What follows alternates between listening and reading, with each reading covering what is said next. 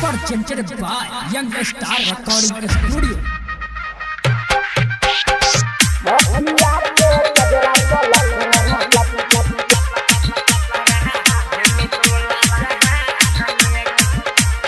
जब सो भेला जबान के छौरी रहे छ हरदम गुमान में।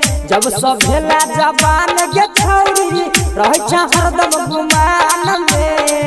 अखिया के कजरा पलक रहा भेलो यूपी बिहार में।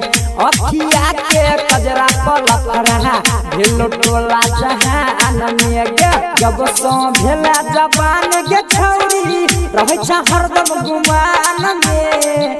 जब सो भेला जबान के छौरी रहे छ हरदम गुमान में। अखिया के कजरा पलक रहा भेलो यूपी बिहार में।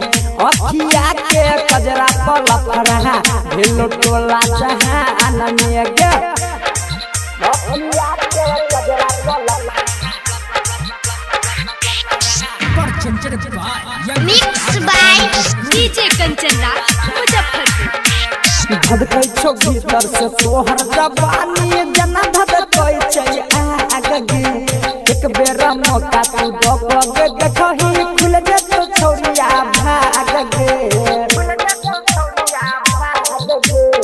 छुअला पर लागे छै करंट जेना बिजली के तार में।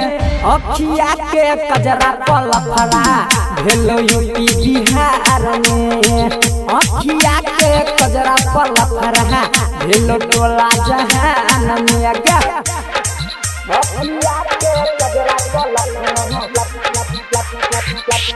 Presented by Young Star Mixed by DJ Kanchan Raj, Muzaffarpur. में तीन बेर लगा के घूमत रहै छी मेकअप गे। करना नखरा भाज तो बखरा बॉडी के करबौ चेकअप गे। बॉडी के करबौ चेकअप गे। रामुदगा राइटर नीतीश निगाहे रहतो ओही विचार में। अखिया के कजरा पलफरा भेलो यूपी बिहार में। अखिया के कजरा पलफरा भेलो टोला जहान में।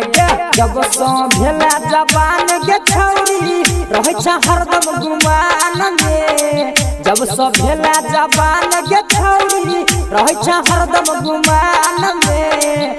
अखिया के कजरा पलफरा भेलो यूपी बिहार में। अखिया के कजरा पलफरा भेलो टोला जहान में। Presented by Young Star Recording Studio.